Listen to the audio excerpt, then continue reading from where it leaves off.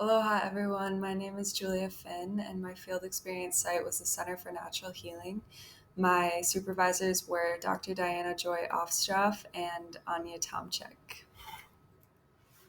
So, my career goals include going to medical school, becoming a doctor, and then possibly specializing afterwards.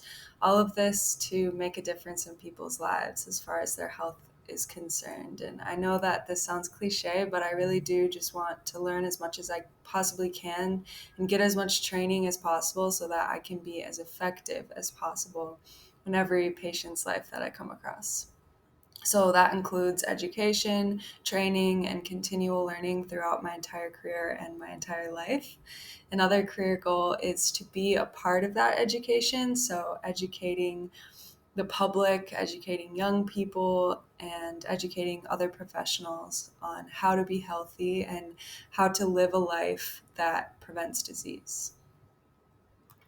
So, my learning plan involved learning objectives such as practicing interpersonal skills, which was specifically to identify communication weakness and propose a solution, and also to take responsibility. So, that meant heading a project of my own, being in the leadership position, and being accountable to myself, the project, and the team. I also had the learning objective of developing specific job competencies. So, specifically, what do major nutritional remedies address? And also, that involved identifying what major nutritional deficiencies do people present with most often, and how can we address those? Another learning objective was to broaden my horizons. So I wanted to assess what exactly does a naturopathic treatment look like from start to finish. So broadening horizons was meaning acquiring some particular knowledge related to the field. So I wanted to identify what does a naturopathic doctor do from start to finish, from when a patient comes through their doors to see them and when they leave. The most important project that I chose was practicing interpersonal skills, specifically identifying a communication weakness and proposing a solution. So, this was the most important project for me because it taught me a lot about power versus force. So, also proactivity versus passivity and how to be solution oriented. So, communication is a huge part of being a professional and working in a professional environment. And there are a lot of communication weaknesses in any situation where you're interacting with other people. So, there are a lot of different ways that you can choose to go about it, any situation. And this experience taught me how powerful it is to take an active stance and be proactive instead of just being passive or complaining about something and seeing what happens. So I was able to identify a communication weakness that was hampering our productivity as a team, as well as my ability to be as effective as possible in my position and to learn as much as I can.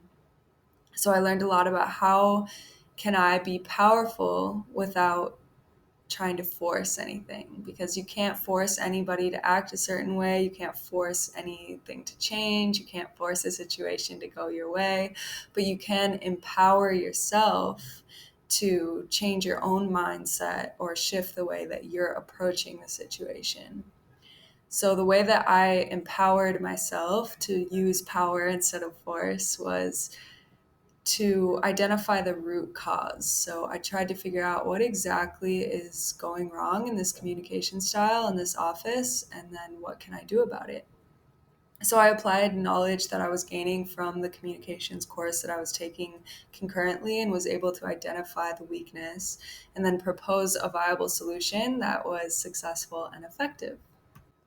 So, what did I do to achieve this? Well, like I said, I called upon the knowledge that I was getting from my communications class at the time, and then I used that in accordance with self reflection, which this class was really helpful for. So, I just took some time to sit down and think about what knowledge I have about situations like this, about what goes wrong, and then more importantly, what goes right. What happens when situations turn out well? And I applied that outside knowledge and then asked for feedback from my communications professor. So after asking for feedback, I had to trust his knowledge and expertise, and that he had my best interests in mind. And I had to also trust myself that at this point in my life, I know how to navigate situations like this and that I can trust my best judgment on how to move forward. So I had to really trust in my ability to do that. So this all relates to my career goals because practicing interpersonal skills and communication is a huge part of being a doctor. It's the part of the doctor-patient relationship, the doctor-staff relationship, and having good bedside manner. And also, it's a huge part of being a leader. So when you're in a leadership position, you have the power to either empower people or disempower people. So a lot of that comes through your interpersonal skills and your communication and your ability to connect with people. So from now until the time that I am a doctor, practicing interpersonal skills and honing in on my communication will be a huge part in becoming an effective leader. So, the most important professional skill I learned from my field experience was definitely self presentation. So, I learned that people really do make assessments with their eyes, whether or not it's conscious or subconscious, or whether they know it or not. It's not about that. It's not a bad thing or a good thing. It's just how people make judgments in order to move through the world. So, coming to terms with that and accepting the reality of it helped me to understand that self-presentation is a skill that communicates to other people that you are reliable and trustworthy, or that you're unreliable and untrustworthy.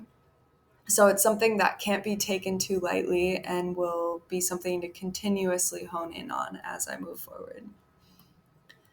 So my recommendations for other students is to apply what you learn in school to real life. I took a break from college between my sophomore and junior year for about 2 years. And when I came back, I had a completely new perspective. And I realized that the mindset going from high school straight into college is really that school is separate from your real life, quote unquote. But taking some time away and then coming back to school really made me appreciate how school really has a lot of practical value in our quote unquote real life. So, my recommendation is just to make an effort to take advantage of all of the knowledge that we're gaining during this time and all the resources at our disposal, and to really internalize and understand its practical, functional, applicable value to our real lives, and that we should be taking advantage of this knowledge and training while we can. So thank you so much for listening, and I look forward to hearing what all of you have to say as well.